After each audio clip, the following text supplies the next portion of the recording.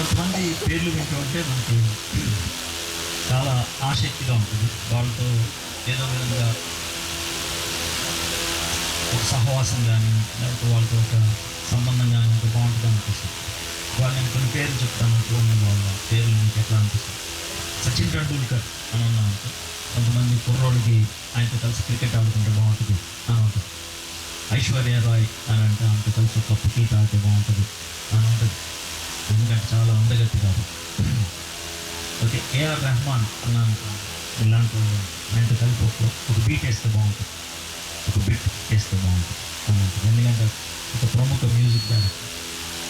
ఒకవేళ నరేంద్ర మోడీ అని అంటే ప్రపంచం అనేక దేశాలు తిరిగినటువంటి భారతీయ నాయకుడు, ఆయన పక్కనకి వచ్చేసి కూర్చుంటే బాగుంటుంది అనిపిస్తుంది. వీళ్ళు నలుగురు కూడా చాలా గొప్ప పేరు సంపాదించుకున్న వాళ్ళు, దాంట్లో ఎటువంటి అనుమానం లేదు. కానీ మీకు విషయం తెలుసా, ఒకవేళ ఈ క్షణం యేసు ప్రభు వస్తే ఈ క్షణం ఈ నలుగురు కూడా నరకానికి వెళ్తారు.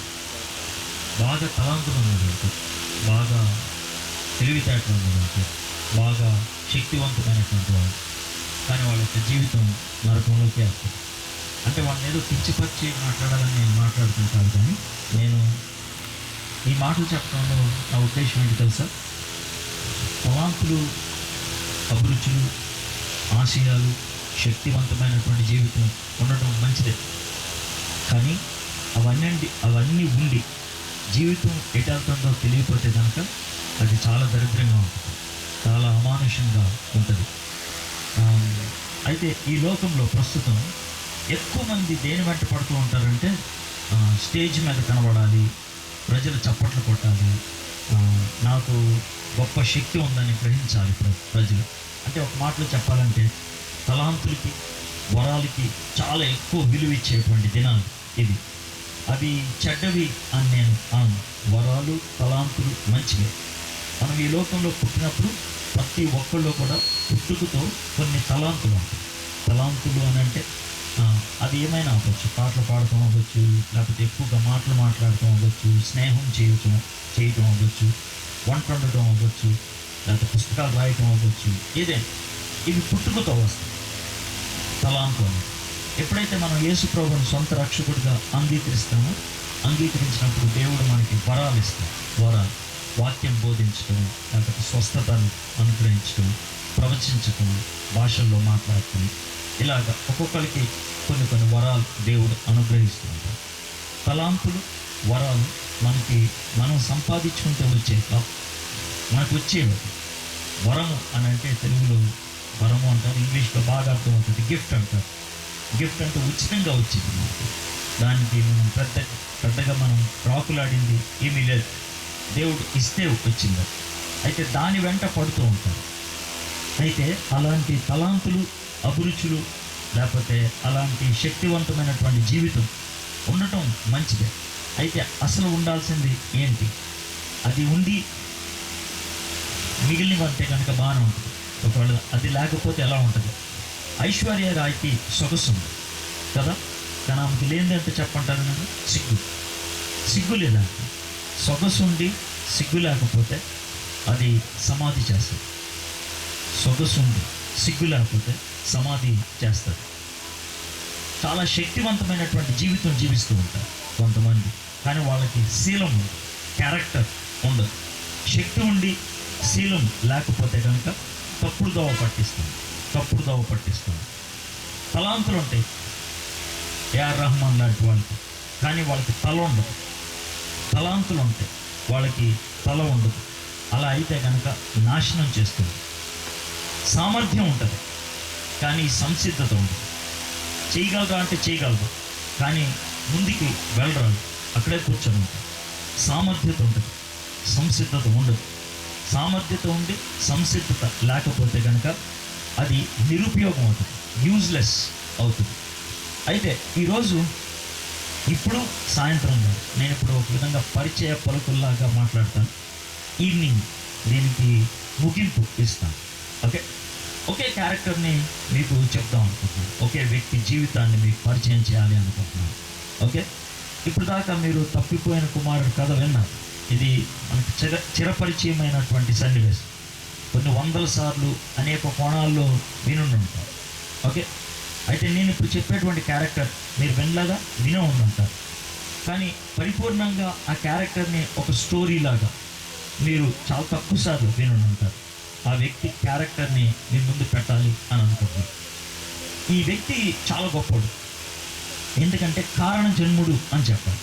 మనం అందరం కారణ జన్ములు. ఆ విషయాన్ని మనం ఈరోజు గ్రహించబోతున్నాం. మనందరం కారణ జన్ములు. కారణ జన్ములు అంటే ఒక ఉద్దేశంతో ఈ లోకంలోకి వచ్చిన వాళ్ళు. అయితే ఈయన పుట్టక ముందే ఒక ప్రవచనం, చాలా అద్భుతమైనటువంటి ప్రవచనం. ఇలాంటి కార్యాలు చేస్తాడు, ఇలాంటి పనులు చేస్తాడు, ఇలాంటి శక్తి ఉంటుంది అని ఆయన గురించి అద్భుతంగా సిద్ధపాటుతో పుట్టాడు. అంటే ఆయన పుట్టకముందే హీరో, పుట్టకముందే హీరో, కానీ చచ్చిపోయేటప్పుడు ఆయన జీరో. పుట్టకముందే ఆయన హీరో, చచ్చిపోయేటప్పుడు ఆయన జీరో. అలాంటి ఉన్నతమైనటువంటి శిఖరముతో తన జీవితం ఆరంభమై అది లోయలోకి వెళ్ళి అక్కడ అంతమైపోయింది. అది ఆయన యొక్క జీవితం యొక్క పరిస్థితి. కాబట్టి ఈయన క్యారెక్టర్ ఇలాంటి పరిస్థితుల్లో మనందరికీ కూడా ఉపయోగపడుతుంది అనుకుంటాం. బయటికి గొప్ప శక్తివంతమైనటువంటి వ్యక్తి, లోన కుళ్ళిపోయినటువంటి వ్యక్తిగా ఉన్నాడు. బయటికి చాలా శక్తివంతమైనటువంటి వ్యక్తి, లోన బాగా కుళ్ళిపోయినటువంటి వ్యక్తిగా ఉన్నాడు. ఆ కుళ్ళునంతటిని దేవుడు ఒక్కసారిగా పటాపంచలు చేశాడు, పెళ్ళుపుకేటట్లు చేశాడు, బయటికి వచ్చేటట్లు చేశాడు. ఆ కుళ్ళంతా బయటకు వచ్చిన తర్వాత అప్పుడు ఆయనకు అర్థమైంది నా పరిస్థితి ఇది అని. అప్పుడు అర్థమైంది అలాంటి దుస్థితిలో. కాబట్టి ఈ వ్యక్తి జీవితాన్ని మనం ఒకసారి చూస్తున్నప్పుడు మన జీవితాన్ని మనం చూసుకుంటే బాగుంటుంది. సరే, ఆ వ్యక్తి సస్పెన్స్గా ఇంకా అలాగే ఉంచుదాం. మోషే యెహోషువలు ఇశ్రాయేలీని ఐగుప్తి బానిసత్వంలోంచి బయటికి తీసుకొని వచ్చి దేవుడు వాగ్దానం చేసినటువంటి దేశంలో పెట్టారు. ఓకే. యెహోషువ అక్కడ ఉన్నటువంటి శత్రువులందరినీ వెళ్ళగొట్టేసి ఆ దేశాన్ని, అంటే కనాను దేశాన్ని 12 ముక్కలు చేసి ఒక్కొక్క ముక్కని ఒక్కొక్క గోత్రానికి ఇచ్చి మీరు దీన్ని చూసుకోండి అన్నారు. వాళ్ళే పరిపాలించుకుంటూ ఉన్నారు. వాళ్ళే పరిపాలించుకుంటున్నారు అంటే అది ఎలా ఉంటుందని అంటే వాళ్ళకి రాజు లేడు, వాళ్ళే జీవిస్తూ ఉన్నారు. ఈ యొక్క కాలం 350 సంవత్సరాలు. ఈ కాలాన్ని న్యాయాధిపతుల కాలము అని అన్నారు. న్యాయాధిపతుల కాలం. బైబిల్లో మనకి వాళ్ళకి సంబంధించినటువంటి ఒక పుస్తకం కూడా ఉంది. ఇశ్రాయేలు గోత్రాలు 12, యేసుప్రభు శిష్యులు 12 మంది. అయితే వీళ్ళు న్యాయాధిపతులు కూడా 12 మంది. కానీ ఒకే ఒక వ్యత్యాసం ఏంటనంటే ఇశ్రాయేలీల గోత్రాలను కూడా పురుషుల పేర్లే, యేసుప్రభు శిష్యులందరూ కూడా పురుషులే. కానీ ఈ యొక్క న్యాయాధిపతుల్లో ఒక ఆమె మాత్రం స్త్రీ, డెబోరా అనేటువంటి ఆమె స్త్రీ. వీళ్ళు 12 మంది. వీళ్ళలో 6 మేజర్ అని అన్నారు. మేజర్ అని ఎందుకు అని అన్నారంటే వాళ్ళు బాగా ప్రభావితంగా పరిపాలించారు. 6 మైనర్ అన్నారు. ఎందుకనంటే వాళ్ళ గురించి మనకు పెద్ద పేరు తెలియదు. మేజర్ అయినటువంటి వాళ్ళలో మీకు కొన్ని పేర్లు తెలుస్తాయి. గిడియోన్ అని, తర్వాత డెబోరా అని, సంసోన్ అని, యెఫ్తా అని, ఇలాంటి పేర్లు మనకి తెలిసినటువంటి వీళ్ళు బాగా ప్రభావితమైనటువంటి వాళ్ళుగా మనం చూస్తూ ఉంటాం. అయితే ఈ 21 అధ్యాయం 350 సంవత్సరాల ఈ ఇశ్రాయేలీల చరిత్రని మన సముద్ర తీరానికి వెళ్ళి నుంచుంటే సముద్రపు అలలు పైకొచ్చి కిందకొచ్చి పైకొచ్చి కిందకి వెళ్ళి ఉంటాయి కదా, అలాగ ఉంటుంది అనమాట వాళ్ళ యొక్క ఆత్మీయ జీవితం అనేది. అది ఎలా ఉంటుందంటే కొన్ని సందర్భాల్లో దేవునికి బాగా దగ్గరగా ఉన్నారు అంటే అది టాప్ పాయింట్ అనమాట. కొన్ని సందర్భాల్లో దేవుడికి బాగా దూరంగా వ్యవహరించారు, అది లోవర్ పాయింట్ అని చెప్పుకోవచ్చు. సో ఈ విధంగా పై నుంచి కిందకి, కింద నుంచి పైకి వెళ్ళటం అనేది చూస్తూ ఉంటాం. ఈ 21 అధ్యాయాల్లో 350 సంవత్సరాల చరిత్రలో 7 సార్లు దేవుడికి దగ్గరయ్యారు, 7 సార్లు దేవునికి దూరం అయ్యారు. సో అదొక సైకిల్ లాగా ఉంటుంది. సైకిల్ అంటే ఒక చక్రం, అంటే ఇలా పైకి వెళ్ళి కిందకి రావడం, ఇలా పైకి వెళ్ళి కిందకి రావడం, అలా ఉంటుంది అనమాట. అయితే దాని గురించి ఎందుకు ఇంతగా ప్రస్తావిస్తున్నానంటే మీరు ఎప్పుడైనా హాస్పిటల్కి వెళ్ళినా, లేదా మీ ఇంట్లో వాళ్ళు ఎవరైనా ఈసీజీ తీసుకున్నా, లేదా మీరు సినిమాల్లో కానీ లేకపోతే సీరియల్స్లో కానీ చూస్తే ఈసీజీ తీసినప్పుడు అంటే మన హార్ట్ బీట్ని, మన హార్ట్ రక్త ప్రసరణ కనుక గ్రాఫ్లో తీస్తే కనుక ఆ గ్రాఫ్ ఎప్పుడు కూడా పైకి వెళ్ళి కిందకి రావటం, పైకి వెళ్ళి కిందకి రావటం, పైకి వెళ్ళి కిందకి రావటం జరుగుతూ ఉంటుంది. అలా జరుగుతుంది అని అంటే మనం బతుకున్నామని అర్థం అనమాట. ఒకవేళ కనుక మనిషి ప్రాణం పోతే ఒక్కసారి స్ట్రైట్ లైన్ అయిపోతుంది. మన మామూలు జీవితం ఎప్పుడు పైకి వెళ్ళి కిందకి రావటం, పైకి వెళ్ళి కిందకి రావటం జరుగుతూ ఉంటుంది. అదేవిధంగా ఆత్మీయ జీవితం కూడా ఉంటుంది.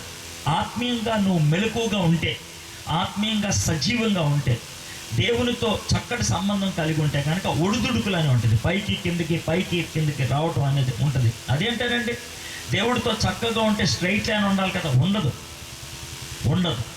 అలా ఉన్నది అని అంటే కనుక చచ్చిపోయావు అని అర్థం. అలా ఉన్నది అంటే కనుక నీలో సున్నితత్వం పోయింది అని అర్థం. ఎప్పుడు కూడా ఒడిదుడుకులు ఉంటాయి, అంటే కొంచెం ఫ్లక్చుయేషన్స్ ఉంటాయి. అంటే దేవునికి దగ్గర అయ్యే కొద్దీ ఆ గ్యాప్ టాప్ పాయింట్కి కింద పాయింట్కి ఉండేటువంటి ఆ దూరం తక్కువ అవుతుందే కానీ ఎప్పుడు స్ట్రైట్ లైన్ ఉండదు. ఉన్నది అని అంటే నేను పాపం చేయట్లేదు అని చెప్పుకుంటాం అనమాట. లేదు అని అంటే కనుక నాలో పాపం లేదు అని చెప్పుకుంటున్నాం అనమాట. 1 యోహాను 1:8-10 వచనాల ప్రకారం అది తప్పు అవుతుంది. కాబట్టి ఆత్మీయ జీవితం ఎప్పుడు కూడా స్ట్రైట్ లైన్ ఉండదు. ఎప్పుడు కూడా పైకి కిందకి వెళ్ళటం అనేది చూస్తూ ఉంటుంది. అందుకనే న్యాయాధిపతుల గ్రంథం అనేది మనందరి జీవితానికి చాలా స్పష్టంగా సరిపోతుంది. అయితే ఇందుట్లో ఒక సైకిల్ ఇప్పుడు మనం చూడబోతున్నాం. ఒక సైకిల్ అంటే ఒకసారి వాళ్ళు దేవుడి నుంచి దూరం అయిపోయినప్పుడు ఏం జరిగిందని. ఆ సైకిల్లో ఎప్పుడు కూడా 5 అంశాలు ఉంటాయి. ఒకటి, వాళ్ళు నిశ్శబ్దంగా ఉన్న తర్వాత, అంటే దేవుడు వాళ్ళని చక్కగా ఆశీర్వదించిన తర్వాత దేవుడికి దూరం అయిపోతారు. దేవుడికి దూరం అయిపోయినప్పుడు వాళ్ళు చేసేటువంటి పని ఏంటంటే పాపం చేసినప్పుడు దేవుడు వాళ్ళని శాపంలోకి నడిపిస్తాడు. శాపం అంటే సర్వసాధారణంగా ఎవరో ఒక శత్రువులకు అప్పగిస్తాడు. అది రెండోది. ఆ విధంగా జరిగినప్పుడు వాళ్ళు జపం చేస్తారు. జపం అంటే వాళ్ళు ప్రార్థన చేస్తారు, ప్రభువా మమ్మల్ని క్షమించని. అది మూడోది. ఎప్పుడైతే వాళ్ళు ఆ విధంగా ప్రార్థన చేస్తారో 4వ కార్యం జరుగుతుంది. ఏంటంటే క్షేమం వస్తుంది. వాళ్ళకి దేవుడు క్షేమాన్ని ఎవరో ఒక నాయకుడిని పంపిస్తాడు. ఎప్పుడైతే అది జరుగుతుందో 5వది వాళ్ళు నిశ్శబ్దంలోకి వెళ్ళిపోతారు. అంటే అమ్మ బాగుందిలే అని వెళ్ళిపోతారు. ఈ 5 ఎప్పుడు జరుగుతూనే ఉంటాయి. ఎప్పుడు మన జీవితంలో కూడా ఇలాంటి పరిస్థితులే ఉంటాయి. మనం పాపం చేసినప్పుడు ఏదో కష్టం వస్తుంది, నష్టం వస్తుంది. అప్పుడు మనం ప్రార్థన చేయడం మొదలు పెడతాం. దేవుడు ఏదో విధంగా ఒక కార్యం చేస్తాడు, కొంత బాగుపడిన తర్వాత మళ్ళీ మర్చిపోతున్నాం. ఇదే జరుగుతూ ఉంటుంది. అందుకనే ఈరోజు ఈ వాక్యం వింటున్నప్పుడు మీరు ఏ స్థాయిలో ఉన్నారు అంటే, ఆత్మీయంగా దేవుడికి దగ్గర ఉన్నటువంటి స్థాయిలో ఉన్నారా, లేకపోతే దూరం అయిపోయినటువంటి పరిస్థితుల్లో ఉన్నారా, ఒకసారి పరిశీలించి వేసుకోవడానికి ప్రయత్నం చేద్దాం. ఇది మనం చేసేటువంటి పని. అయితే ఈరోజు మనం చూడబోయేటువంటి ఈ వ్యక్తి ఎద్దు లాంటి వ్యక్తి. హీఈస్ లైక్ అన్ ఆక్స్ అని అంటారు. ఆక్స్ ఎద్దు లాంటి వాడు. ఆయన తన యొక్క శౌర్యం అలాంటిది అనమాట. తనకున్నటువంటి సౌశీల్యత అలాంటిది.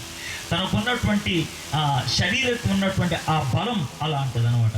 కానీ తన యొక్క మనసు నీళ్లు లాంటి అంట. తన మనస్సు నీళ్లులాగా జారిపోయే తత్వం తన యొక్క మనసు అనమాట. తను మ్యాచో మ్యాన్ అంటారు. అంటే ఒక విధంగా ఈనాటి కాలంలో కనుక ఆయన్ని తీసుకొస్తే కనుక జేమ్స్ బాండ్ సినిమాకి అతను హీరోగా పనికి వస్తాడు. ఒక విధంగా చెప్పాలంటే మిషన్ ఇంపాసిబుల్ సినిమాలో టామ్ క్రూజ్ పనికిరాడు, ఆయన పనికి వస్తాడు. అంత శక్తివంతమైనటువంటి వ్యక్తి అని చెప్పచ్చు అన్నట్టు. ఆయన ఎవరో కాదు, శాంసన్ గురించి బైబిల్లో 4 అధ్యాయాలు ఉన్నాయి. న్యాయాధిపతుల గ్రంథం బైబిల్ తీయొద్దు, ఇప్పుడే కథ చెప్తాను తర్వాత. ఓకే, బైబిల్లో 4 అధ్యాయాలు ఉన్నాయి. న్యాయాధిపతుల గ్రంథం 13, 14, 15, 16. ఈ 4 అధ్యాయాలు శాంసన్ గురించి ఉన్నటువంటి స్టోరీ. ఈ 4 అధ్యాయాలకి 95 వచనాలు. అయితే శామ్యూయల్ గురించి దేవుడు ఒక్క వచనం చివరిలో రాయిపించాడు. అది హెబ్రీయులకు రాసిన పత్రిక 11వ అధ్యాయం 32వ వచనంలో ఉంటుంది. 11వ అధ్యాయం హెబ్రీయులకు రాసిన పత్రిక వీరుల యొక్క పట్టి, విశ్వాస వీరుల యొక్క గొప్ప షోకేస్ అని చెప్పచ్చు. దాంట్లో దేవుడు సంసోన్ని పెట్టాడు. దాంతో మనకేమర్థం అవుతుందంటే, సంసోనుని దేవుడు ఆశీర్వదించాడు. చివరికి సంసోన్ని దేవుడు పరలోకంలోకి చేర్చాడు. దేవుడు సంసోన్ని క్షమించాడు. కాబట్టి ఈ సంసోన్ క్యారెక్టర్ని మీ ముందు ఎందుకు పెడుతున్నానంటే, ఒక నెగటివ్గా పెట్టట్లేదు. ఒకవేళ సంసోను లాంటి జీవితాన్ని మీరు జీవిస్తున్నట్లయితే, సంసోను ఏం చేశాడో అదే పని కనుక మీరు చేస్తే, దేవుడు చివరికి సంసోనుని క్షమించాడు కదా, అదేవిధంగా మిమ్మల్ని కూడా క్షమిస్తాడు. అందుకనే పాజిటివ్ అంటే ఆ విధమైనటువంటి సహృదయంతో ఈ మాటలు మీకు చెప్తూ ఉన్నాను. ఓకే, కాస్త నెమ్మదిగా మాట్లాడతాను. అంటే నా ఓపిక లేదు అని కాదు, కొంచెం జాగ్రత్తగా ఈ పాఠాన్ని వింటే బాగుంటుంది అనేది నా యొక్క ఉద్దేశం. అందుకని కాస్త నెమ్మదిగా చెప్తాను అని అంటున్నాను. ముందు స్టోరీ చెప్పనియండి. 4 అధ్యాయాలు 95 వచనాల్లో ఉన్నటువంటి స్టోరీ అంటే ఏంటో చెప్తాను. ఇప్పటికి 3200 సంవత్సరాల క్రితం, అంటే యేసుక్రీస్తుకి 1200 సంవత్సరాల క్రితం జరిగినటువంటి సన్నివేశం అన్నమాట. అప్పుడు ఇశ్రాయేలీయులు మళ్ళీ పాపం చేశారు. ఓకే, అంతకుముందు గిద్యోను, తర్వాత యెఫ్తా, ఇటువంటి వాళ్ళంతా పరిపాలించిన తర్వాత వీళ్ళు మళ్ళీ పాపం చేశారు. 40 సంవత్సరాలు శాంతంగా ఉన్న తర్వాత పాపం చేశారు. పాపం చేస్తే దేవుడు వాళ్ళని ఫిలిస్తీన్కి అప్పగించేశారు. అయితే ఫిలిస్తీన్కి అప్పగించినప్పుడు ఎప్పట్లాగానే ఒక పని చేయాల్సిందే వాళ్ళు చేయలేదు. ఏంటనంటే, ఎప్పట్లాగా వాళ్ళు చేయాల్సిన పని ఏంటి? వాళ్ళకి పాపం చేసినప్పుడు దేవుడు శాపం తీసుకొస్తాడు. శాపం వచ్చినప్పుడు సర్వసాధారణంగా మనుషులు చేసే పని ఏంటి? ప్రార్థన చేయాలి. కానీ చేయలేదు. ఎందుకు ప్రార్థన చేయాలి అనేది దాని గురించి కూడా మనం పాఠం నేర్చుకోబోతున్నాం. ఓకే, సో వాళ్ళు ప్రార్థన చేయలేదు. కానీ దేవుడు కృప చూపించి మనోహ అనేటువంటి ఒక ఆయన దగ్గరికి ఆయనే వచ్చాడు అనమాట. దేవుడే వచ్చాడు. మనోహ భార్య పొలంలో పని చేసుకుంటా ఉంటే దేవుడు వచ్చి మనోహ భార్యతో అంటాడు, నువ్వు గొడ్రాలు కదా అంటే అవును అని అంటే, నీకు ఒక కొడుకునిస్తాను. అయితే నువ్వు కొన్ని నిబంధనలు, కొన్ని షరతులు నువ్వు జాగ్రత్తగా పాటించాలి. ఏంటనంటే, నువ్వు గర్భము ధరించిన తర్వాత, గర్భం వస్తుంది కదా, వచ్చిన తర్వాత ద్రాక్షకు సంబంధించిన ఏవి కూడా ముట్టుకోకూడదు. చచ్చిపోయింది ఏది కూడా ముట్టుకోకూడదు. పవిత్రంగా ఉండాలి. నీకు బాబు పుడతాడు. బాబు పుట్టిన తర్వాత వాడికి 3 విషయాలు జాగ్రత్తగా ఉంచాలి. వాడిని నాజీర్ చేయబడిన వాళ్ళు అంటారు. తల వెంట్రుకలు ఎప్పుడు కూడా కత్తిరించకూడదు. రెండోది, ఆ వ్యక్తి ఎప్పుడు కూడా చచ్చిన దాన్ని ఏది ముట్టుకోకూడదు. మూడోది, ద్రాక్షకు సంబంధించేది కూడా తాకూడదు. ఈ 3 ఆయన చేయాలి అని చెప్తే, ఈ మనోహ భార్యకి కొంచెం తత్తరపాటులాగా అనిపించింది, భయం వేసింది. ఎవరు నువ్వు అని అడిగితే పేరు చెప్పలేదు. ఎక్కడి నుంచో అని వచ్చావని అడగడానికి భయం వేసింది. భర్త దగ్గర పరిగెట్టుకుంటా వెళ్ళి, ఏమండి ఇలా చెప్పాడండి ఎవరో ఒక ఆయన వచ్చానంటే, అప్పుడు ఆ మనోహ కోపం వచ్చి ఉంటుందేమో బహుశా, భార్య సరిగ్గా చెప్పట్లేదని మోకరించి ప్రార్థన చేశాడు. దేవా, ఒకవేళ నువ్వే వస్తే కనుక మళ్ళీ ఇంకోసారి రావా, ప్లీజ్ సహాయం చేయవా అంటే దేవుడు మళ్ళీ వచ్చాడు. వస్తే మనోహ భార్య అంటది, ఏమండి మీరు ఇక్కడ ఉండండి, మా ఆయన తీసుకొస్తానని మనోహని తీసుకొచ్చింది. ఏమండి ఆ రోజు వచ్చాడే ఆయన వచ్చాడండి అని అంటే, అప్పుడు మనోహ వచ్చి అడిగితే మొత్తం అంతా చెప్తాడు. మళ్ళీ ఇదే విషయాన్ని చెప్తాడు.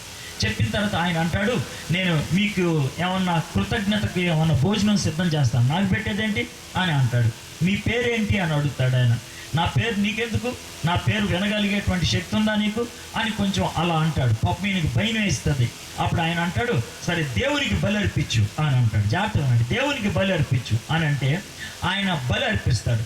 అర్పిస్తే ఈ మనుష్యుడు వచ్చాడు కదా, ఆయన అలాగ ఆకాశంలోకి వెళ్ళిపోతూ ఉంటే ఈ బలి అర్పించినటువంటి ఆ పొగ ఉంటుందే, ఆ పొగ ఆయన వెళ్ళిపోతున్న వైపే వెళ్తుంది. అప్పుడు మనోహకి భార్యకు భయం వేస్తుంది. అంటే మన దగ్గరికి వచ్చింది సాక్షాత్తు దేవుడే అనమాట అనేసి. దేవుని మనం కళ్ళతో చూసాం, చచ్చిపోతామని మనోహ భయపడితే వాళ్ళ భార్య అంటది, ఊరుకో, ఎందుకు అలాగంటావు? దేవుడు మనల్ని చంపేసేవాడైతే ఆయనే మన దగ్గరకు వస్తాడా? దేవుడు మనల్ని చంపేసేవాడైతే మన బలిని ఆయన స్వీకరిస్తాడా? కంగారు పడద్దు అని అంటాడు. ఆ తర్వాత యథావిధిగా మనోహ భార్య గర్భవతి కుమారుడిని కంటది. ఆ కుమారుడి పేరే సంసోను. ఆ సంసోను పెద్దవాడు అవుతాడు, ఆత్మ పూర్ణుడవుతాడు, గొప్ప శక్తివంతంగా ప్రవర్తిస్తూ ఉంటాడు. ఇది 13వ అధ్యాయం అయిపోయింది. 13వ అధ్యాయం అంతా కథలాగా చెప్పేశారు. ఇప్పుడు 14వ అధ్యాయంలోకి వద్దాం. బహుశా సంసోనికి 30 ఏళ్ళు లేకపోతే 25 ఏళ్ళు అలా యవ్వనస్తుడు అయి ఉంటాడు. ఆయన ఒక చిన్న కొండ మీద ఉంటాడనమాట. కొండ మీద, ఆ కొండ నుంచి కిందకి దిగుతాడనమాట. కింద లోయలోకి వస్తాడు. కింద లోయలోకి వస్తే అక్కడ ఊరు ఉంటుంది. ఆ ఊరి పేరు తిమ్నాతు అనేటువంటిది.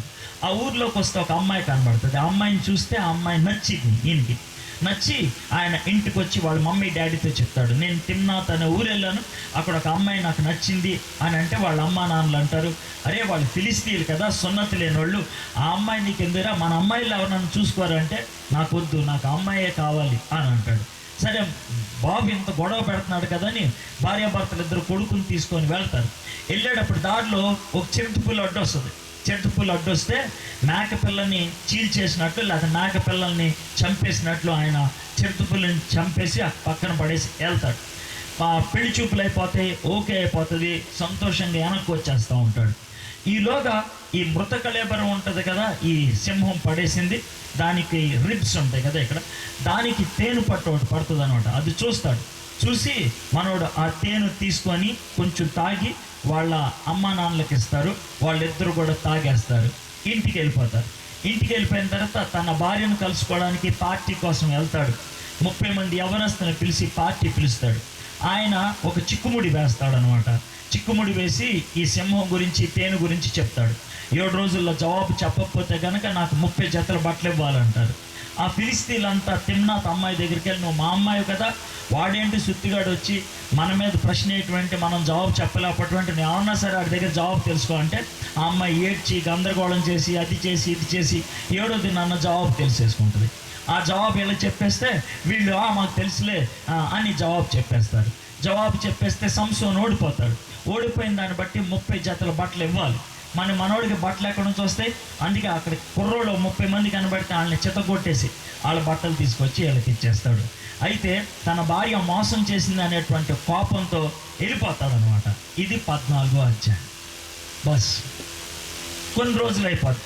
కొన్ని రోజులు అయిన తర్వాత అమ్మాయి గుర్తొచ్చి ఆయన మటన్ బిర్యానీ తీసుకెళ్ళినట్లు ఒక మేకను పట్టుకొని వెళ్తాడు. వాళ్ళ మామగారి దగ్గరికి వెళ్ళి, మామయ్య నా భార్య ఎక్కడ ఉంది, నేను భార్యతో కొద్దిసేపు గడపాలంటాడు. నీ భార్య ఎక్కడ ఉంది అంటాడు. అదేంటిది అని అంటే, నీ భార్యను ఎప్పుడో వేరే వాడికి ఇచ్చి పెళ్లి చేసేసావు. ఎవరికి ఇచ్చి పెళ్లి చేసావు?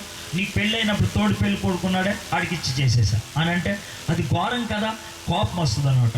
ఎంత కోపం అంటే అంత కోపం వచ్చి బయటికి వెళ్తే అక్కడ అడవుల్లో 300 నక్కలు కనబడతాయి. ఆ నక్కలు ఒక్కొక్క దాన్ని పట్టుకొని 2 నక్కలకి తోకలు కట్టేసి దానికి ఒక చిన్న కాగడా లాంటిది కట్టి వదిలేస్తాడు. అవి వేడికి పరిగెట్టుకుంటా పొలాల్లోంచి వెళ్తే పొలాలన్నీ తగలడిపోతూ ఉంటాయి అన్నమాట. అప్పుడు ఫిలిస్తీన్లంతా, ఎవడ్రా ఈ పొలాలు తగలపెట్టిందంటే సంసోన్ అంటారు. ఎందుకురా వాడు పొలాలు అలా తగలపెట్టేశాడంటే, వాళ్ళ మామరా వాళ్ళ అమ్మాయి వాళ్ళ భార్యను తీసుకెళ్ళి తోడు పెళ్లి కొడుకు ఇచ్చి పెళ్లి చేశాడంట. బుద్ధి లేదురా వాళ్ళ మామకి అని వాళ్ళ మామనేను వాళ్ళ భార్యని ఇద్దరిని చంపేస్తారు కాల్ చేసి. సంసోనికి భార్యను కాల్ చేశారని, మామయ్యను కాల్ చేశారని బాగా కోపం వస్తుంది. ఎవడో వాడు కాల్ చేసిందని కనబడిని ఫిలిస్తీన్లంతా చంపేస్తూ ఉంటాడు. ఈ విధంగా వెళ్ళి గుహలో కొంచెం రెస్ట్ తీసుకుంటా ఉంటే 1000 మంది ఫిలిస్తీన్లు ఆ గుహ చుట్టూ చేరతారనమాట. మనోడు బయటకు వస్తే వేసేద్దామని. మనోడు ఆ గాడిది దవడ ఒకటి ఇంత ఉంటుంది, ఆ దవడ పట్టుకొని 1000 మందిని చంపేసి కుప్ప కింద పడేసేసి ఒక చోటుకి వెళ్ళి అలా కూర్చుంటాడు. దాహం వేస్తూ ఉంటుంది. అప్పుడు ప్రార్థన చేస్తాడు, ప్రభా నాయన చాలా దాహం వేస్తుంది, నేను చచ్చిపోతున్నాను, నన్ను ఇలా వదిలేసావు అనుకో, సున్నతులైనటువంటి ఆ ఫిలిస్తీన్లు వచ్చి నన్ను చంపేస్తారు, కొంచెం నీళ్ళు ఇవ్వా. పై నుంచి నీళ్ళు పడుతున్నా. అదే రాత్రి మంచి అయింది ఉంటుంది, టెన్షన్ పడాల్సిన ఏం మంచి నీళ్ళే, శ్రేష్టమైన నీళ్ళు, ఎవడ సాంగా కాదు సొల్లు కాదు. ఓకే సరే. అప్పుడు ఆ విధంగా అంటే దేవుడు దయతలిచి ఒక రాతి బండ ఉంటుంది, ఆ బండను చీల్చి దాంట్లోంచి నీళ్లు వచ్చేటట్లు చేస్తాడన్నమాట. నీళ్ళు వచ్చాడు. అప్పుడు ఆ నీళ్లు తాగి, మీరు టెన్షన్ పడితే కొంచెం అవధి కాదు, మీరు అటు ఇటు చూస్తా ఉంటే నేను ఏం చెప్తాను, నేను ఇంకా ఎంత చక్కగా మీకు కథ చెప్తుంటే కాదంటానికి ఏదా బాబు ఎవడు చెప్తాడా బాబు మీకు?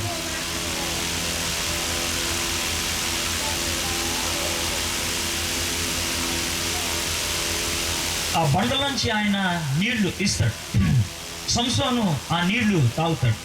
అయితే ఆ బండలోంచి నీళ్లు రావటం అనేది ఇప్పటికీ మనం చూడగలుగుతాం. ఇప్పటికీ ఇజ్రాయెల్ దేశానికి వెళ్తే ఎంగది అనేటువంటి ప్రాంతంలో ఒక బండలోంచి నీళ్ళు వస్తూ ఉంటాయి. ఎవరికి అర్థం కాదు. ఆ బండలోంచి 3200 సంవత్సరాల నుంచి నీళ్లు వస్తూనే ఉన్నాయి. ఆ నీళ్లు ఎలా వస్తాయి, ఎందుకు వస్తాయి, ఎక్కడి నుంచి వస్తాయి ఎవరికి తెలియదు.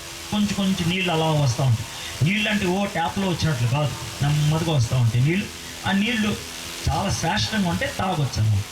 అయితే ఎందుకు వస్తాయో తెలియదు. అయితే అది సంసోన్దని అందరూ కూడా గుర్తిస్తారు అన్నమాట. ఆ తర్వాత ఆ నీళ్లు తాగిన తర్వాత దేవుడికి ప్రార్థన చేశాడు. దేవుడితో చక్కటి సహవాసం ఉండటం బట్టి 20 సంవత్సరాలు ఇశ్రాయేలుని నాయకుడిగా ఆయన పరిపాలించాడు. 20 సంవత్సరాలు. 15వ అధ్యాయం అయిపోయింది. ఇప్పుడు 3 అధ్యాయాల స్టోరీ అయిపోయింది. 16వ అధ్యాయం. 16వ అధ్యాయంలో 20 సంవత్సరాలు నాయకుడిగా పరిపాలించాడు కదా. 16వ అధ్యాయంలో ఎలా ఉంటుంది అంటే, 20 సంవత్సరాల తర్వాత ఆయన మళ్ళీ ఫిలిస్తీన్ దేశంకి వచ్చాడు. వచ్చిన తర్వాత ఒక వేశ్య చూసి ఆ అమ్మాయి అంటే ఆయనకి నచ్చింది. సో ఆ వేశ్యతో ఆ రాత్రి గడుపుతూ ఉన్నాడు అనమాట. 20 సంవత్సరాలు జాగ్రత్తగా ఉన్నాడు. కానీ ఒక్క క్షణంలో ఆయన వేశ్య దగ్గరికి వెళ్ళి పడిపోయాడు. అయితే వేశ్య ఇంట్లో పడుకున్నాడు అనే విషయం తెలిసి ఫిలిష్తీయులంతా చుట్టూ చారుతారు, ఊరు చుట్టూ. ఈడు ఊర్లోంచి బయటికి వెళ్ళినప్పుడు ముఖద్వారం దగ్గర ఇన్ని లేపేసేస్తాం, తెల్లారిన తర్వాత వెళ్తాడు కదా అని ముఖద్వారం దగ్గర ఉన్నాడు. రాత్రి 12 గంటల దాకా వేష్యతో గడిపి అర్ధరాత్రి లేచి ఆయన ఏం చేస్తాడు, ముఖద్వారం బయట ఉన్నారు కదా, ఆ ముఖద్వారాన్ని కింద పునాదులతో సహా లేపేశాడు. అంటే అడ్డకమ్మీలు వాటితో సహా తలుపు మొత్తం లేపేశాడు. సుమారు 450 కేజీలు ఉంటుంది. అది చాలా బరువైనటువంటి ముఖద్వారం. దాన్ని అలా భుజాల మీద పెట్టుకొని ఒక 6 కిలోమీటర్లు నడుచుకొని వెళ్ళి హెబ్రోన్ అనేటువంటి ప్రాంతానికి ముందు కొండ ఉంటుంది. ఆ కొండ మీదకి వెళ్ళి తలుపులను అక్కడ పడేసేసి వచ్చి పడుకుంటూ పోతాడు. అంటే వాళ్ళు బయట ఎక్కడ ఉండాలో కూడా తెలియకుండా చేస్తాడన్నమాట. ఆ తర్వాత డెలైలా అనేటువంటి ఒక అమ్మాయిని మోహిస్తాడు. ఆ అమ్మాయి కావాలి అని ఆ అమ్మాయి కోసం పడిసేస్తూ ఉంటాడు. ఆ అమ్మాయి దగ్గరే ఉంటాడు. ఆ అమ్మాయి దగ్గర ఉన్నప్పుడు ఈ ఫిలిష్తీయుల నాయకులు 7 మొత్తం, ఈ 7 కూడా ఈ ఫిలిష్తీయులు అందరూ కూడా దెలైలా దగ్గరికి వచ్చి, మీ ఆయన ఉన్నాడు కదా సంసోను, వాడిని ఏదో విధంగా లాలించి వాడి శక్తి ఏంటో తెలుసుకో. వాడి శక్తి కండల్లో లేదు, ఎక్కడో ఉంది, దేవుడు ఎక్కడో దాచిపెట్టాడు. అది కనుక తీసేస్తే ఆడు దొరుకుతాడు మనకి అని అంటే, మొత్తానికి ఆమె బ్రతిమలాడి నేనంటే నీకు ఇష్టమైతే నువ్వు నాకు నిజం చెప్ప, అది ఇది అని అంటే మనవాడు మొత్తానికి దానికి పడిపోయి నిజం చెప్పేస్తాడు. నా ఇంటికి కత్తిరిస్తే అయిపోతుంది. అప్పుడు ఆవిడ క్షవరం చేయించేస్తుంది. క్షవరం చేయించేసిన తర్వాత ఒకరోజు ఒళ్ళో పడుకొని ఉంటే, అయ్యా సంసోను, ఫిలిష్తీయులు వచ్చారు అని అంటే మనవాడు యథావిధిగా లేస్తాడనమాట, ఎదిరిస్తామని. అయితే దేవుడు తను వదిలేశాడనే విషయం తనకు తెలియదు. వాళ్ళు పట్టేసుకుంటారు. ఫస్ట్ పట్టుకోగానే కళ్ళు పీకేసి చేతులకు గొలుసులు కట్టేసి తీసుకెళ్ళి ఆయన్ని బందికానాలో పడేస్తాడు. చాలా రోజులు అక్కడే ఉంటాడు ఆయన. అక్కడ ఉన్నప్పుడు బహుశా ఆయన ప్రార్థన చేసి ఉంటాడు. ఎందుకు చేసి ఉంటాడో మనం ప్రసంగంలో వింటాం, ఎందుకు ఆ మాట అంటాం. ఆ విధంగా చేస్తూ ఉంటే ఒకరోజు డాగోను దేవతను వాళ్ళు కొలుస్తూ ఉంటారు. డాగోను దేవతకు పండగ చేసేటప్పుడు మన శత్రువు అయిన సంసోన్ని డాగోనే మనకు అప్పగిచ్చాడు కదా, ఆ డాగోన్కి మనం బలర్పిద్దాం.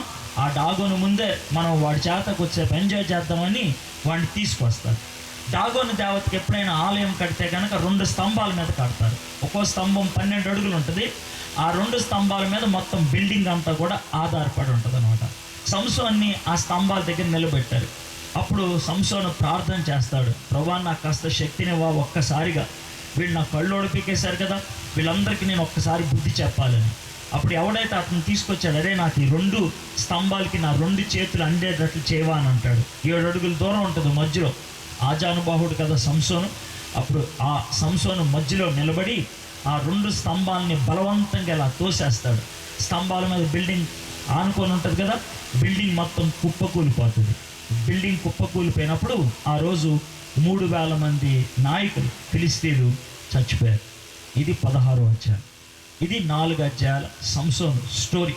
చిన్నప్పుడు వినుండొచ్చు, అయితే మళ్ళీ ఒకసారి జ్ఞాపకం చేశాను. ఈ 4 అధ్యాయాలు ఈరోజు మనం ధ్యానం చేయబోతున్నాం. ఇప్పుడు ఒక భాగం ధ్యానం చేస్తాం, సాయంత్రం ఇంకొక భాగాన్ని ధ్యానం చేస్తాం.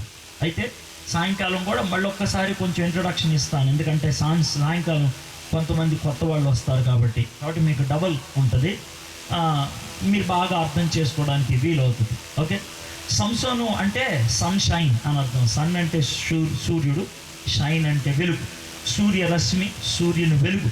అది శాంసన్ యొక్క పేరుకి అర్థం. సన్షైన్ అనే పేరు కలిగినటువంటి సంసోను చీకట్లో చచ్చిపోయాడు కదా. దేవుడు అతనికి సంసోను అని పేరు పెట్టించాడు. సంసోనుగా ఉండాలని దేవుడు ఆశపడ్డాడు. God wanted him to be shining but he became darkness. ఆయన వెలుగుగా ఉండాలని దేవుడు ఆశించాడు, కానీ చీకట్లో చచ్చిపోయాడు ఆయన. దేవుడు ఆశించిన జీవితం తనకి జరగలేదు. సంసోనికి 3 ప్రాముఖ్యమైనటువంటి విషయాలు ఉన్నాయి. మన పరిభాషలో చెప్పాలంటే 6 ప్యాక్ బాడీ అంటారు కదా, అంటే మంచి శరీరం ఆయనకి ఉన్నది, బలమైనటువంటి శరీరం ఉన్నది, స్ట్రాంగ్ బాడీ ఆయనకి ఉన్నది. రెండోది షార్ప్ మైండ్ ఉన్నది. షార్ప్ మైండ్ అంటే పదునైన మనస్సు, చాలా చురుకుగా ఉంటాడు. మూడోది సెన్సిటివ్ హార్ట్ ఉన్నది. సెన్సిటివ్ హార్ట్ అంటే ఆయనకి తన హృదయం ఊరికినే కరిగిపోయేది. అందుకనే చాలా శక్తిని ఉపయోగిస్తాడు హీరో లాగా. కానీ అమ్మాయి కనబడితే కనుక చాలా గొప్పగా రొమాన్స్ని చూపించగలుగుతాడు. శాంసన్లో 2 పదాలు యవనస్తులకు బాగా ఇష్టమయ్యేటువంటి పదాలు కనబడతాయి. ఒకటి, ఆయనకి రొమాన్స్ అంటే చాలా ఇష్టం, అంటే ఆయనకి అమ్మాయిలతో గడపడం అంటే చాలా ఇష్టం. మోహం ఆయనకున్నటువంటి ప్రాముఖ్యమైనటువంటి లక్షణం, రొమాన్స్ ఆయనకున్నటువంటి లక్షణం. ఆ రొమాన్స్ని బట్టి ఎవరైనా అడ్డొస్తే వాళ్ళ మీద రివెంజ్ తీసుకుంటాడు, కక్ష సాధిస్తాడు. కామం, కక్ష, ఈ 2 శాంసన్కు ఉన్నటువంటి 2 పదునైనటువంటి లక్షణాలు. ఈ 2 తనని నాశనంలోకి నడిపించాయి. తాను హీరోగా ఆరంభించాడు తన జీవితాన్ని, జీరోగా అంతమొందించాడు. హీరోగా ఆరంభించాడు, జీరోగా అంతమైనట్లు మనం చూస్తాం. 4 అధ్యాయాలు కదా, 4 అధ్యాయాల్ని జ్ఞాపకం ఉంచుకోవడానికి 4 పదాలు మీకు చెప్తాను, గుర్తుపెట్టుకోండి, సులభంగా గుర్తుంటుంది. 13వ అధ్యాయంకి ఒక పదం గుర్తుపెట్టుకోండి, అభిషేకం. అభిషేకం. దేవుడు అభిషేకంతో తన జీవితాన్ని ఆరంభించాడు. అభిషేకంతో తన జీవితాన్ని ఆరంభించాడు. ఒకవేళ అది 13వ అధ్యాయం అయితే 14వ అధ్యాయం అవిధేయత అనే మాట గుర్తుపెట్టుకోండి. అవిధేయత. అవిధేయతతో అవమానం పాలయ్యాడు. అవిధేయతతో అవమానం పాలయ్యాడు. దేవుడు చెప్పిన మాటకి అవిధేయత చూపించాడు. చచ్చిన దాన్ని ముట్టుకోవద్దురా అంటే ముట్టుకున్నాడు. ద్రాక్ష రసాన్ని తాగొద్దురా అంటే తాగాడు. అది అవిధేయత. దాంతో అవమానం పాలయ్యాడు. పెళ్ళయింది, పెళ్ళాన్ని వదిలేసి వచ్చేసాడు. అవిధేయత అవమానానికి దారి తీసింది. ఒకవేళ 15వ అధ్యాయాన్ని కనుక చూసినట్లయితే ఆవేశం, అపనమ్మకం.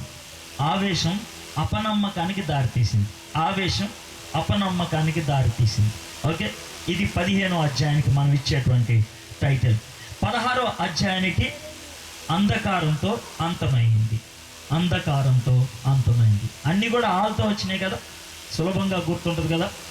అభిషేకం అది ఆరంభం మొదట, అవిధేయత అది అవమానానికి దారితీసింది. ఓకే, తర్వాత ఆయన ఆవేశాన్ని చూపించాడు, దాంతో ఆయన అపనమ్మకానికి దారితీసింది. చివరికి ఆయన అంధకారంతో అంతమయ్యాడు. చాలా సులభంగా 4 అధ్యాయాల్లో 4 విషయాలు మనం గుర్తుపెట్టుకుంటాం. మనము సంసోను జీవితంలో అప్ అండ్ డౌన్ ఎలా చూస్తామో చెప్పంటారా? 13వ అధ్యాయంలో టాప్ పొజిషన్లో స్టార్ట్ అయ్యాడు ఆయన, దేవుడు అభిషేకించాడు. ఓకే, 13వ అధ్యాయంలో తిమ్నాతులోకి వెళ్ళి ఆయన కిందకి వెళ్ళిపోయాడు, నెమ్మదిగా కిందకి వెళ్ళిపోయాడు. 14వ అధ్యాయంలో మరీ కిందకి వెళ్ళిపోయాడు. దేవుడు నీళ్ళు ఇచ్చిన తర్వాత మళ్ళీ పైకి వెళ్ళిపోయాడు. పైకి వెళ్ళి 20 సంవత్సరాలు ఆయన పరిపాలించాడు. అవునా కదా? ఆ తర్వాత మళ్ళీ 16వ అధ్యాయంలోకి వచ్చేప్పటికి ఒక్క రాత్రి వ్యభిచారితో పడుకోవటం టాప్ మళ్ళీ కిందకు వచ్చేసేసాడు. అవునా కదా? మళ్ళీ చివర చచ్చిపోయే ముందు దేవుడికి ప్రార్థన చేస్తే శక్తినిచ్చాడు. ఆ శక్తిని బట్టి 3,000 మందిని చంపాడు. టాప్లో స్టార్ట్ అయ్యాడు. తిమ్నాత్ అమ్మాయి దగ్గరికి వెళ్ళినప్పుడు కిందకి వెళ్ళాడు. మళ్ళీ దేవుడు పైకి తీసుకొచ్చాడు. ఫిలిస్తీన్ల వ్యభిచారి దగ్గరికి వెళ్ళినప్పుడు కిందకి వెళ్ళిపోయాడు. మళ్ళీ ఆయన బంధకాల్లో ఉన్నప్పుడు ప్రార్థన చేసినప్పుడు దేవుడు చివరికి శక్తినిచ్చి టాప్ పొజిషన్లో దేవుడు జీవితాన్ని అంతమొందించాడు. Right, 2 times top position, 2 times lower position. అవునా కదా? కాబట్టి సంసోను జీవితాన్ని మనం ధ్యానం చేసేటప్పుడు ఇక్కడ కూర్చున్నటువంటి మీరు, అంటే నేను చాలా చిన్నపిల్లలు కూడా ఉన్నారు కాబట్టి నెమ్మదిగా మాట్లాడుతున్నాను. ఓకే, మీలో కొంతమందికి నిద్ర కూడా రావచ్చు, ఎందుకంటే ఎంత నెమ్మదిగా నేను మాట్లాడుతాను మీరు ఎప్పుడు చూసి ఉంటారు కూడా. ఓకే, చాలా స్లోగా మాట్లాడుతుంది, మీకు అర్థం అవ్వాలి అనేసి. మీ యొక్క ఆత్మీయ జీవితంలో దేవుడికి దగ్గరగా ఉంటే జాగ్రత్త, కిందకి వెళ్ళిపోయే పరిస్థితులు ఉంది. ఒకవేళ దేవుడికి దూరమైనటువంటి పరిస్థితుల్లో ఉంటే కనుక జాగ్రత్తగా, దేవుడు మీకు అవకాశం ఇస్తాడు, మీరు బయటికి రావచ్చు. అందుకనే ఇద్దరితో కూడా మాట్లాడగలిగేటువంటి గ్రంథం ఈ యొక్క లేకపోతే భాగం సంసోను యొక్క క్యారెక్టర్. ఒక భక్తుడు ఏమంటాడో తెలుసా? దావీదుతో నా జీవితాన్ని పోల్చుకోలేకపోవచ్చు, ఎందుకంటే హృదయానుసారమైన జీవితం నాకు లేదు. అబ్రహాంతో నా జీవితాన్ని పోల్చుకోలేకపోవచ్చు, ఎందుకంటే అంత విశ్వాసాన్ని నేను చూపించలేకపోవచ్చు. మోషేతో నా జీవితాన్ని నేను పోల్చుకోలేకపోవచ్చు, ఎందుకంటే అంత వినయ జీవితం నాకు లేకపోవచ్చు. కానీ సంసోనుతో మాత్రం నేను పోల్చుకోగలుగుతాను. ఎందుకో తెలుసా? సంసోను డబుల్ క్యారెక్టర్. బయట ఏంటో లోన అది కాదు. మనలో చాలామంది అదే, బయటికి గొప్పోళ్ళలాగా, బయటికి మంచోళ్ళలాగా, బయటికి పవిత్రులుగా మనం వ్యవహరిస్తూ ఉండొచ్చు, చూపిస్తూ ఉండొచ్చు. లోనేంటో అనేది మనకి తెలుసు, మన దేవుడికి తెలుసు. ఓకే, అయితే అదే జీవితాన్ని కొనసాగితే ఏమవుతుంది అని అనటానికి దేవుడు సంసోను జీవితాన్ని మన ముందు పెట్టాడు. బైబిల్లో ఈ క్యారెక్టర్స్ గురించి ఎందుకు దేవుడు పెడుతున్నాడు తెలుసా? ఈ క్యారెక్టర్స్ని చూసినప్పుడు మనకి బుద్ధి రావాలని. అరే, మీరు కనుక ఇదే జీవితాన్ని కొనసాగితే మీ పరిస్థితి కూడా ఇలాగే అవుతుందిరా అని దేవుడు చూపించడానికి ఆ పని చేశాడనమాట. కాబట్టి ఇప్పుడు మనం ఈరోజు పగలు మాత్రం ఇంట్రడక్షన్ లాగా 13వ అధ్యాయాన్ని మాత్రమే మనం ధ్యానం చేద్దాం. ఓకే, 13వ అధ్యాయాన్ని సాయంత్రం 14, 15, 16 అధ్యాయాలు ధ్యానం చేద్దాం. అయితే మీకు చిన్న అసైన్మెంట్ అని కాదు, కానీ నిజంగా మీకు ఇష్టం అనిపిస్తే కనుక, ఇంట్రెస్టింగ్ అనిపిస్తే కనుక, శాంసంగ్ గురించి బాగా నేర్చుకోవాలి అనేటువంటి తపన ఉన్నట్లయితే కనుక, మధ్యలో గ్యాప్ దొరికినప్పుడు 95 వచనాలే కదా, ఒకసారి ఇంటికి వెళ్ళిన తర్వాత లేకపోతే ఎప్పుడైనా ఖాళీ ఉన్నప్పుడు కూర్చొని న్యాయాధిపతుల గ్రంథం 13, 14, 15, 16 అధ్యాయాలు కనుక మీరు చదవగలిగినట్లయితే ఈవినింగ్ మీరు వాక్యం వినటానికి వచ్చినప్పుడు ఇంకా బాగా అర్థమవుతుంది. ఎందుకనంటే మీరు ఆల్రెడీ ఒకసారి స్టోరీ విన్నారు. ఇప్పుడు చూడండి, నేను మీకు స్టోరీ చెప్పాను ఒకసారి, ఓకే, తర్వాత మీరు కూడా చదువుతారు. దాంతో మీకు ఇంకా క్లారిటీ వస్తుంది అంటే ఇదా జరిగిందే అని. జరిగిన దాంట్లోంచే నేను చెప్పేది, సొంతగా ఏం చెప్పను కదా, నేను జరిగిన దాంట్లోంచే చెప్తాను. కాకపోతే ఇలా ఎందుకు జరిగి ఉండొచ్చు, లేకపోతే దీని నుంచి మనం నేర్చుకోగలిగే పాఠం ఏంటి అని చెప్తాను, అంతే కదా. కాబట్టి మీకు స్టోరీ కనుక చదివేస్తే అర్థం చేసుకోవటం అనేది చాలా సులభంగా ఉంటుంది అనమాట. బైబిల్ని ఉన్నట్లుగా చదివితే చాలు, కొంచెం దేవుని యొక్క సహాయంతో, పరిశుద్ధాత్మ యొక్క సహాయంతో ధ్యానం చేయగలిగినట్లే దేవుడు మనకు పాఠాలు నేర్పిస్తాడు. ఇప్పుడు చూద్దాం 13వ అధ్యాయాన్ని వరుసగా కొన్ని వచనాలు చదువుతూ దాని నుంచి మనం ఏ విధంగా నేర్చుకోగలుగుతామో చూద్దాం. ఓకే, 13వ అధ్యాయం న్యాయాధిపతుల గ్రంథం 7వ పుస్తకం, బైబిల్లో 7వ పుస్తకం. ఓకే, యెహోషువ గ్రంథం తర్వాత న్యాయాధిపతుల గ్రంథం. ఓకే, 13వ అధ్యాయం 1వ వచనం. ఇశ్రాయేలీయులు మరలా యెహోవా దృష్టికి దోషులు కాగా యెహోవా 40 సంవత్సరములు వారిని ఫిలిష్తీయుల చేతికి అప్పగించెను. ఇది ఒక వచనం.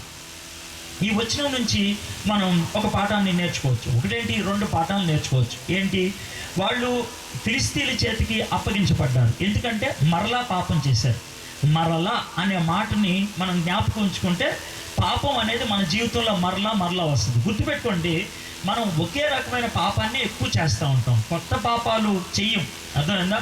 తాగుడు అలవాటు ఉన్నవాడు తాగుడినే మానేసి మళ్ళీ చేస్తూ ఉంటాడు, మానేసి మళ్ళీ చేస్తూ ఉంటాడు.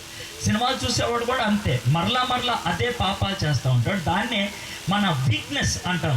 మనం దాన్నే కొన్నిసార్లు ఏమంటుంది, అసలు అదొక్కటి మిగిలిపోయింది సార్ నాకు అడ్డు, అదొక్కటి నాకు ప్రాబ్లం అయిపోయింది సార్, అదొక్కటే నాకు టెన్షన్ అయిపోయింది సార్, మిగిలినవి బాగానే ఉంటాయి సార్ అంటారు.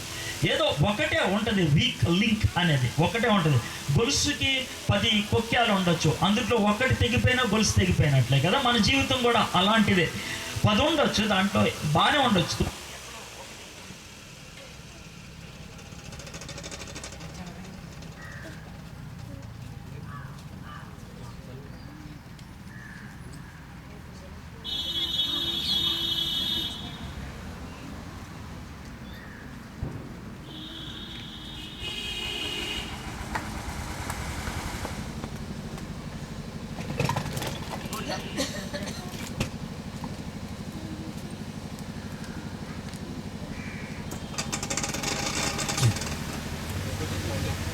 మళ్ళా చేయటం అనేది మన జీవితంలో సహజం. అందుకనే వీక్నెస్ ఎక్కడైతే ఉంటుందో ఆ విషయంలో పటిష్టం చేసుకోవడానికి ప్రయత్నించాలి. అంటే మనం ఏ విషయంలో అయితే జారిపోయే తత్వం ఉన్నదో, ఏ విషయంలో అయితే మనం నిలకడగా ఉండలేమో దాని విషయం మనం బాగా ప్రార్థన చేయాలి, దాని విషయం జాగ్రత్తగా ఉండాలి. అందుకనే మరలా అనే పదాన్ని నుంచి ఒక చిన్న పాఠం నేర్చుకోవాలి. అయితే ఇంకొక పాఠం కూడా దీంట్లోంచి నేర్చుకోవచ్చు. ఏంటనంటే 40 సంవత్సరములు వారిని ఫిలిష్తీయుల చేతికి అప్పగించారు. ఎవరు అప్పగించారు?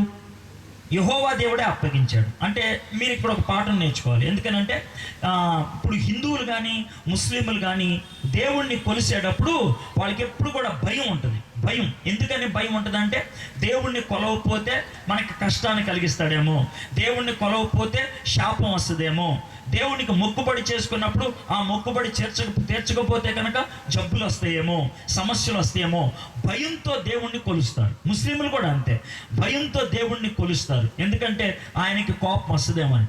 కానీ బైబిల్ని నమ్ముకున్నటువంటి క్రైస్తవులు మాత్రమే దేవుణ్ణి ప్రేమను బట్టి కొలుస్తూ ఉంటారు. అయితే ఒక విధంగా ప్రేమ అనేటువంటి అవగాహన ఉండటం మంచిది. మన దేవుడు ప్రేమించేవాడు, మనం కూడా ప్రేమించాలి అనేది ఉండటం. దాంట్లో ఒక చెడ్డ విషయం ఉన్నదేమో అనిపిస్తుంది. ఏంటనంటే ఈ ప్రేమని అలుసుగా తీసుకొని, ఈ ప్రేమని చులకంగా తీసుకొని దేవుణ్ణి ఎప్పుడు కూడా నెగిటివ్గానే చెడ్డగానే ఆలోచిస్తూ ఉంటాం. మనం ఎన్ని పాపాలు చేసినా దేవుడు క్షమిస్తాడులే, ఏం చేసినా కూడా దేవుడు ఊరుకుంటాడులే, దేవుడు దయగలిగిన వాళ్ళే, దేవుడు కృప కలిగిన వాళ్ళే, దేవుడు ప్రేమ కలిగిన వాళ్ళే. ఇది మనకు ఉండేటువంటి అవగాహన. అయితే ఒక విషయం గుర్తుపెట్టుకోవాలి, దేవుడు ప్రేమ కలిగిన వాడు, దాంట్లో ఎటువంటి అనుమానం లేదు. ఆ ప్రేమలో మరొక గుణం కలిసి ఉంటుంది, అది లేకపోతే ప్రేమ అవ్వదు. ఏంటి ఆ గుణం అంటారేమో, దేవుడు పవిత్రుడు. పవిత్రుడు అని అన్నప్పుడు పాపాన్ని చూడలేడు ఆయన. పాపాన్ని చూస్తే కోపం వస్తుంది అనమాట. ప్రేమ పవిత్రత రెండు కలిసి ఉంటాయి. ఒకవేళ ప్రేమ ఉండి పవిత్రత లేకపోతే ఈ ప్రేమ మోహం అవుతుంది. అయితే పవిత్రత ఉండి ప్రేమ లేకపోతే కనుక అది ఉక్రోషం అవుతుంది, అది గర్వం అవుతుంది. కాబట్టి ప్రేమ పవిత్రత ఒకదానికి ఒకటి ముడిపడి ఉన్నప్పుడు లేదా చక్కగా ఉంటుంది అన్నమాట. దేవుడు ప్రేమించేవాడు, దేవుడు పవిత్రుడు. ఆయన పవిత్రత పాపాన్ని ద్వేషిస్తుంది, ఆయన ప్రేమ పాపిని క్షమిస్తుంది. కాబట్టి ఆ రెండు ఆ విధంగా ఒకదానితో ఒకటి ముడిపడి ఉంటుంది. దేవుడు పవిత్రుడు కాబట్టి మనం అనేక సార్లు అలా పాపం చేసుకుంటూ వెళ్తే, ఒకవేళ మనం చెప్పినా వినకపోతే, మనం ఎన్నిసార్లు గద్దించినా వినకపోతే, దేవుడు చేయగలిగేది ఏంటి? దేవుడు మనల్ని శాపానికి అప్పగిచ్చేస్తాడు. ఎందుకని అప్పగిచ్చేస్తాడు శాపానికి? దేవుడు ఎందుకు మనల్ని బాధల్లోకి వదిలేస్తాడు? ఎందుకు దేవుడు మనల్ని పాపపు జీవితంలో వదిలేస్తాడు? ఇక్కడ జరిగింది కూడా ఫిలిస్తీన్ల చేతికి అప్పగించేశాడు అన్నాడు. దేవుడే అప్పగించేశాడు. అప్పగించడం అంటే ఏంటి తెలుసా? పిచ్చుకొక్క బయట ఉంటే కనుక, అమ్మ పిచ్చుకొక్క బయట ఉందే, నాకు భయం వేస్తున్నాను, చిన్న బాబు అంటే కనుక ఏ తల్లైనా ఆ బాబుని తీసుకొచ్చి పిచ్చుకొక్క ఇన్ని కరవే అని అంటదా? అందు. కానీ ఇక్కడ దేవుడు చేసిన పని అలాగే ఉన్నట్టు ఉంటుంది అనమాట. ఫిలిస్తీన్లు అంటే వాళ్ళకి భయం, కానీ దేవుడే ఫిలిస్తీన్లకి అప్పగిచ్చేశాడు అని ఉంటుంది అనమాట. ఎందుకలా అప్పగిచ్చేశాడు? ఎందుకు అప్పగిచ్చాడు అంటే దేవుడు మనకి స్వేచ్ఛనిచ్చాడు. అంటే మనకి స్వేచ్ఛనిచ్చాడు కాబట్టి దేవుడు ఎప్పుడు కూడా స్వేచ్ఛను ఉల్లంఘించడు. దేవుడు బలవంతంగా ఆపేయచ్చు కదంట. ఆపేస్తే మనం కుక్కలతో, పిల్లులతో, జంతువులతో సమానం అయిపోతాం. మనం అలా కాదు. ప్రేమతో ఆయన్ని మనం విధేయత చూపించాలి, ప్రేమతో ఆయన మాట వినాలి, ప్రేమతో ఆయనతో సంబంధాన్ని ఏర్పరచుకోవాలి. అందుకు ఆయన బ్రతిమలాడతాడు, కానీ ఎప్పుడు బలవంతంగా ఒక మనిషి జీవితాన్ని మార్చడు. మీరు అనుకోవచ్చు, ప్రభా నా జీవితాన్ని మార్చేవా అంటే, నాకు మార్చాలని ఇష్టం ఉంది, మరి నువ్వు నాతో సహకరిస్తావా అని అడుగుతాడు. అంతే దేవుడు. నువ్వు నాతో సహకరిస్తే నేను సహాయం చేస్తా, నువ్వు నాతో సహకరిస్తే నీ జీవితంలో మార్పు తీసుకొస్తావు. నా అంతటి నేను ఏమి చేయలేను, ఎందుకనంటే చెయ్యను అని అంటాడు. ఇప్పుడు కొన్ని పనులు దేవుడు మన ప్రమేయం లేకుండా చేయగలుగుతాడు, కొన్ని ప్రమేయం లేకుండా. ఎలాగో చెప్పంటారా? నా ప్రమేయం లేకుండా నా జ్వరాన్ని తీసేయగలడు. ఎలాగా? ఇలా చేయి పెట్టి జ్వరం పో అంటే జ్వరం పోతుంది. నా ప్రమేయం లేకుండా నా కళ్ళు గుడ్డి అనుకోండి, కళ్ళు వచ్చేటట్లు చేయగలుగుతాడు. నా ప్రమేయం లేకుండా నేను చచ్చిపోయినాను అనుకోండి, లేవనెత్తగలుగుతాడు. కానీ నా ప్రమేయం లేకుండా నాతో నీళ్లు తాగించలేడు. ఆయన తాగించగలడా? చెప్పండి, తాగించగలడా? దేవుడు నీళ్లు నాకు ఇస్తాడు, నువ్వు తాగరా. బలవంతంగా నాతో తాగించలేడు. నా ఇష్టం లేకుండా నేను నీళ్ళు తాగలను. నా ఇష్టం లేకుండా నేను గాలి పీల్చగలనా? పీల్చలేను. నా ఇష్టం లేకుండా నేను అన్నం తినలేను. ఇక్కడ మీకు అర్థమవుతుంది కదా, నా ఇష్టం దేవుని ఇష్టం కలిస్తేనే నేను నీళ్లు తాగలుగుతాను. అదేవిధంగా నా ఇష్టం దేవుని ఇష్టం కలిస్తేనే నా జీవితం మారుతుంది. నా ఇష్టం దేవుని ఇష్టంతో కలవకపోతే జీవితం మారదు. మీలో చాలామందికి ప్రశ్న ఉండిపోవచ్చు, దేవుడు నా జీవితాన్ని మార్చేసేస్తా పోద్ది కదా అని. మారుస్తాడు, ఆయనకి ఇష్టం కూడా. అందుకే నేను మారుస్తానికే నేను ఇక్కడ తెచ్చా. నువ్వు నా కోసం ఈ పని చేస్తావా, నాతో ఈ విధంగా సహకరిస్తావా అని దేవుడు అడుగుతాడు. నువ్వు ఎంతకీ వినట్లేదు అనుకో, దేవుడు శత్రువుకి అప్పగిచ్చేస్తాడు. అదేంటండి, అమానుష్యం కదా ఆ విధంగా శత్రువుకి అప్పగిచ్చేయటం, ఆ విధంగా దరిద్ర జీవితానికి అప్పగిచ్చేయటం అమానుష్యం కదా. రోమీయులకు రాసిన పత్రిక 1వ అధ్యాయంలో 24, 26, 28 3 వచనాల్లో చూస్తే, దేవుడు వాళ్ళని అపవిత్రతకు అప్పగించానని, దేవుడు వాళ్ళని భ్రష్ట మనసుకు అప్పగించినని, దేవుడు వాళ్ళని కామతత్వానికి అప్పగించినని అని ఉంటుంది. దేవుడు అప్పగించడం ఏంటి అనే ప్రశ్న మనకు ఉండొచ్చు.